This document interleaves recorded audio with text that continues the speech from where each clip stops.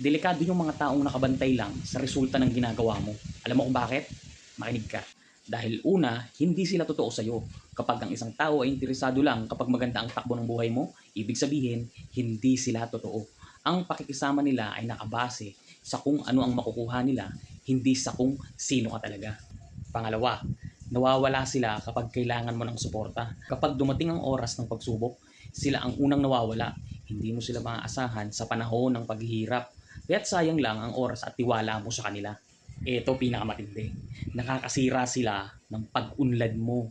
Kapag puro resulta lang ang gusto nilang makita, matatakot kang magkamali. Kaya naman, hindi mo nagagawa ang mga bagay na naayon sa iyong kagustuhan na siyang nagpapasaya sa iyo. Kundi, yung naayon lang sa nais nilang makita para mapahanga mo sila. Ang ending, lagi kang pressure sa buhay dahil kailangan mo magpanggap sa harap nila na nakakahadlang sa pagkakaroon ng tunay na progress sa buhay mo.